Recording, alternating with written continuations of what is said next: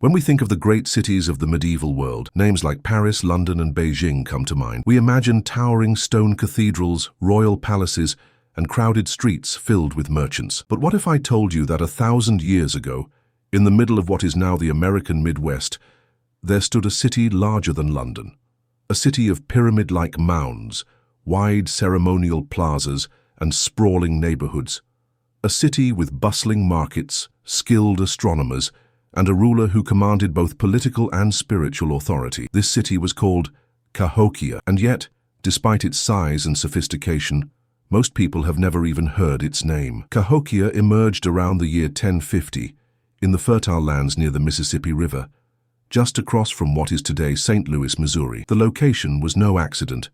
The river provided transportation and trade routes, fertile soil for agriculture, and abundant natural resources. This was the heart of the Mississippian culture, a network of communities that stretched from the Great Lakes to the Gulf of Mexico. At its height, Cahokia covered about 6 square miles and supported a population estimated at 15,000 to 20,000 people, making it the largest urban center north of Mexico in its time. To put that into perspective, London in the same era had fewer than 15,000 residents. At the center of the city stood Monk's Mound, a colossal earthwork unlike anything else in North America. Rising 10 stories high and covering 14 acres, it was built entirely by hand.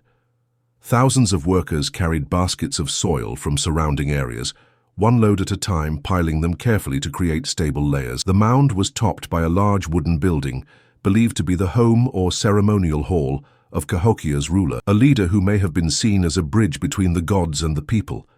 Surrounding Monk's Mound were dozens of smaller mounds, each serving different purposes. Some were platform mounds for important buildings, while others were burial mounds, containing the remains of nobles, warriors, and offerings. In one burial site, archaeologists found the remains of a high-ranking man surrounded by more than 50 sacrificed individuals, possibly his retainers or war captives, and thousands of shell beads arranged in the shape of a bird. These discoveries reveal a society with complex religious practices, social classes, and political structures. Cahokia was not just a political center, it was a trading powerhouse.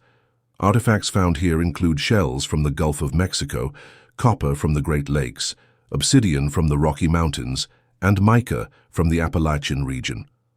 Traders traveled hundreds of miles to exchange goods, ideas, and stories. This network connected distant cultures, making Cahokia a focal point of pre-Columbian North America. The city itself was organized with care. Wide plazas served as gathering spaces for markets, festivals, and ceremonies. Neighborhoods clustered around smaller mounds, each with its own social identity. Wooden palisade walls enclosed the central district, possibly for defense or to mark sacred space.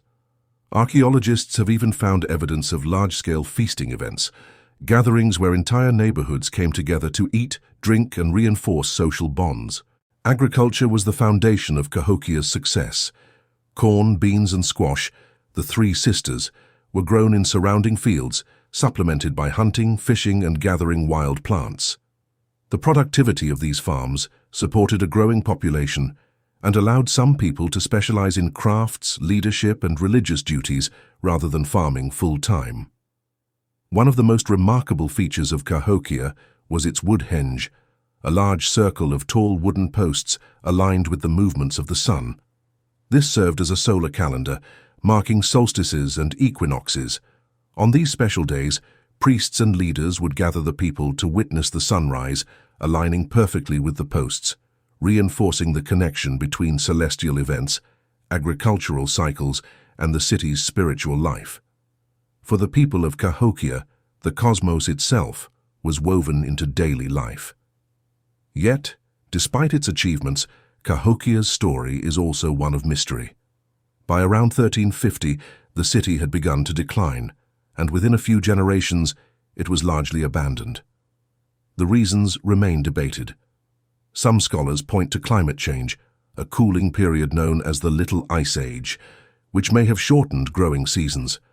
Others suggest overpopulation and overuse of farmland led to food shortages, political unrest, conflict with neighboring groups, or even disease could have played a role.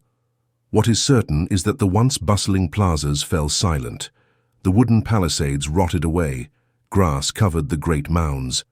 By the time European explorers reached the Mississippi Valley in the 1500s, Cahokia was gone, its people dispersed into smaller communities across the region. For centuries, the mounds were misunderstood.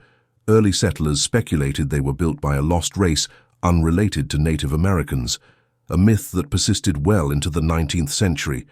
It wasn't until modern archaeology, with careful excavation and scientific dating, that the true story of Cahokia began to emerge. Today, the Cahokia Mounds State Historic Site preserves what remains of this ancient city.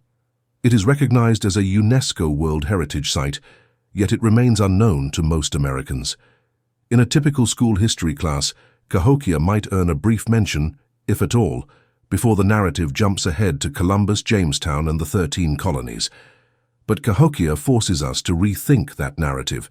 It proves that complex urban civilizations thrived in North America long before Europeans arrived.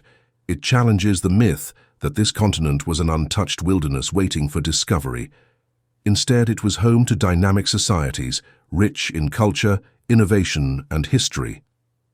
Cahokia's legacy is one of both triumph and fragility. It shows how humans can shape the land on a monumental scale and how quickly it can all be lost.